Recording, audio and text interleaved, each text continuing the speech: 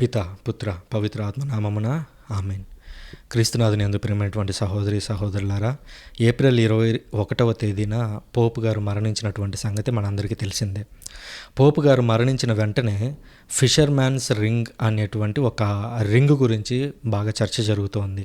అసలు ఈ రింగ్ ఏంటి, పోపు గారు ఆ రింగ్ ఎందుకు పెట్టుకున్నారు, దాని యొక్క అర్థం ఏమిటి, ఆ రింగు పోపు మరణించిన తర్వాత ఎందుకు దాన్ని నాశనం చేస్తున్నారు అనేటువంటి అనేక అంశాల గురించి తెలుసుకుందాం. మొట్టమొదటిగా ఫిషర్ మ్యాన్స్ రింగ్ అనేది ఏంటి అనేది పరిశీలిద్దాం. ఇది మనందరికీ తెలిసిందే. రింగ్ అంటే ఈ వేలుకు తొడుక్కునేటువంటి ఒక చిన్న ఆర్నమెంట్, ఒక ఆభరణం అని చెప్పొచ్చు. సో ఫిషర్ మ్యాన్స్ రింగ్ అని అంటున్నాం అంటే అక్కడ ఇంకొక పదం ఇన్వాల్వ్ అవుతుంది. ఫిషర్ మ్యాన్ అని అంటే చేపలు పట్టే వ్యక్తి యొక్క రింగ్ అని అంటున్నాం. చేపలు పట్టేటువంటి వ్యక్తి ఏంటి, పోపు గారు అని అంటే ఒక రాజ్యానికి అధిపతి, లేదా విశ్వ కథోలిక శ్రీ సభకు నాయకుడు, లేదా ప్రపంచ కథోలిక క్రైస్తవులకి ఆధ్యాత్మిక నాయకత్వం వహించేటువంటి వ్యక్తి, ఇలా చెప్పొచ్చు కదా. ఫిషర్ మ్యాన్ అంటే చేపలు పట్టేటువంటి వ్యక్తి అని ఎందుకు అంటున్నారు అని అంటే మనకు చరిత్ర తెలియాలి. యేసుక్రీస్తు పోపు వ్యవస్థను ఏర్పరిచారు. ఎలా ఏర్పరిచారు అని అంటే పేతురు గారిని మొదటి పోపుగా ఎంచుకుంటూ మత్తయి సువార్త 16వ అధ్యాయంలో మనం చూస్తాము. నీవు పేతురువు, ఈ రాతిపై నా సంఘమును నిర్మించెదను, నరక శక్తులు దీనిని జయింపజాలవు అని చెబుతూ పోపు గారికి, అనగా మొదటి పోపు అయినటువంటి పేతురు గారికి ఒక అధికారాన్ని ఇస్తూ, మీరు భూలోకంలో దేన్ని బంధిస్తారు అది పరలోకంలో బంధింపబడును, మీరు భూలోకంలో దేన్ని విప్పుతారు పరలోకంలో విప్పబడును అని శాసనాలు చేయగలిగేటువంటి అధికారాన్ని వాళ్ళకు ప్రసాదించాడు. కనుక పోపు గారు, మొదటి పోపు గారే పేతురు గారు అనేటువంటి విశ్వాసం మనకి గత 2000 ఏళ్ళుగా కొనసాగుతూ వస్తూ ఉన్నది.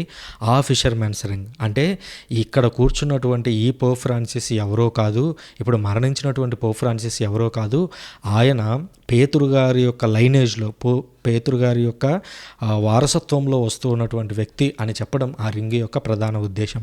ఆ రింగ్ మీద కూడా మనం చూసినట్లయితే పేతురు గారు వల విసురుతూ ఉన్నట్లుగా ఆ రింగ్ మీద చెక్కి ఉంటుంది. దాంతోపాటుగా కరెంట్ పోప్ ఎవరైతే ఉన్నారో ఆ పోప్ యొక్క పేరు అనేది దాని మీద ఉంటుంది. ఉదాహరణకి పోప్ ఫ్రాన్సిస్ గారు పెట్టుకున్నటువంటి రింగ్ ఏదైతే ఉందో ఫిషర్ మ్యాన్స్ రింగ్, దాని మీద ఫ్రాన్సిస్ అనేటువంటి పేరు ఉంటుంది. అలాగే పేతురు గారు చేపలు పట్టడానికి వల విసురుతూ ఉన్నటువంటి బొమ్మ కూడా దాని మీద ఉంటుంది. యేసుక్రీస్తు అన్నట్లుగా నేను మిమ్మల్ని మనుష్యులను పట్టేటువంటి జాలరులుగా చేస్తాను అని చెప్పాడు. సో ఈరోజు పోపు గారు చేస్తున్నటువంటి పని కూడా అదే. మనల్ని అందరినీ పట్టుకొని తన యొక్క పడవలో వేసుకొని ఆ పడవని పరలోకం వైపుగా తీసుకువెళ్ళేటువంటి పనిని పోపు గారు చేస్తూ ఉంటారు.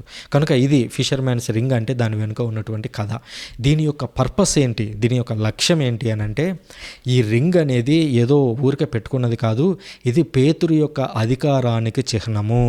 ఇది ఆనాటి పేతురు గారి యొక్క వారసత్వం ఏదైతే ఉందో, ఏదైతే యేసుక్రీస్తు పేతురు గారిని నాయకుడిగా నియమించాడో ఆ నాయకత్వంలో వస్తూ ఉన్నటువంటి వ్యక్తిని నేను అని చూపించడం దాని యొక్క ప్రధాన ఉద్దేశం. మరణించినటువంటి పోప్ ఫ్రాన్సిస్ గారు క్యాథలిక్ చర్చ్కి 266వ పోపు, అంటే 265 మంది పోపులు అంతకుముందు గతించారు. ప్రజెంట్ ఈరోజు పోప్ ఫ్రాన్సిస్ గారు కూడా మరణించారు. మొత్తం 266 మంది పోపులు గతించారు. సో నేను ఈ రింగ్ పెట్టుకున్నాను అంటే దాని ఉద్దేశం ఏంటి అని అంటే నా విశ్వాసం వెనుక 266 మంది పోపులు ఉన్నారు. అందులో మొదటి వ్యక్తి పేతురు. ఆ పేతురును నియమించింది యేసుక్రీస్తు. ఆ యేసుక్రీస్తు పేతురు గారిని ఫిషర్ మ్యాన్గా ఎంచుకున్నాడు. చేపలు పట్టేటువంటి వ్యక్తిగా, మనుష్యులను పట్టేటువంటి వ్యక్తిగా మార్చాడు. అది దాని యొక్క లక్ష్యము. పేతురు గారి యొక్క వారసత్వంలో వస్తున్నారని చెప్పడం దాని యొక్క ప్రధాన లక్ష్యం. ఇక మూడవదిగా గమనించినట్లయితే ఆ పోపు మరణించిన తర్వాత ఆ రింగును ఉపయోగించుకొని శాసనాలు ఏవి జరగకుండా ఆ కమెర్లెంగో అనేటువంటి వ్యక్తి, ఈ కమెర్లెంగో అనేది ఒక పోస్ట్, ఆ పోస్ట్లో ఉన్నటువంటి వ్యక్తి ఏం చేస్తారంటే పోపు మరణించగానే పోపు మరణించారు అని ధృవీకరించుకుంటారు. ధృవీకరించుకున్న తర్వాత ఆ రింగ్ను ఆయన స్వాధీనం చేసుకొని ఆ రింగ్ని పూర్తిగా నాశనం చేస్తారు. పూర్తిగా నాశనం చేయొచ్చు, లేదా దాని మీద ఆ రింగ్ మీద ఎక్స్ ఆకారంలో ముద్ర వేస్తారనమాట. అంటే ఈ రింగ్ ఇక చెల్లదు, అంటే ఈ వ్యక్తి మరణించాడు అని చెప్పడం దాని యొక్క ప్రధాన ఉద్దేశం. ఈ విధంగా ఆ రింగ్ని నాశనం చేయడం అనేది జరుగుతూ ఉంది. ఇకపోతే ఆ నాశనమైనటువంటి ఆ రింగ్ దేన్ని సూచిస్తూ ఉంది అని అంటే పోపు గారి యొక్క చైర్ అనేది ఖాళీగా ఉంది, ఇప్పుడు ఆ స్థానంలో ఎవరూ లేరు అని సెడే వేకెంటే అనేటువంటి స్థితిని అది సూచిస్తూ ఉంది. ఆ పోపు గారి యొక్క సంతాప దినాలు పూర్తయిపోయిన తర్వాత మరొక కొత్త పోపు ఎన్నిక జరుగుతుంది. కొత్త పోపు ఎన్నికైన తర్వాత మరో కొత్త రింగ్ తయారు చేస్తారు. ఆ కొత్త రింగ్లో మళ్ళీ పేతురు గారు వల విసురుతూ ఉన్నటువంటి బొమ్మ ఉంటుంది.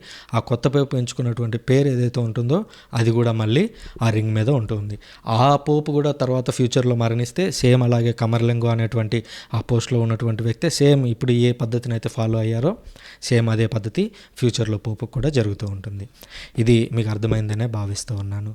కథోలికులకి ఇది మరింత చేరువయ్యేలాగా షేర్ చేయాలని కోరుతున్నాను. Thank you.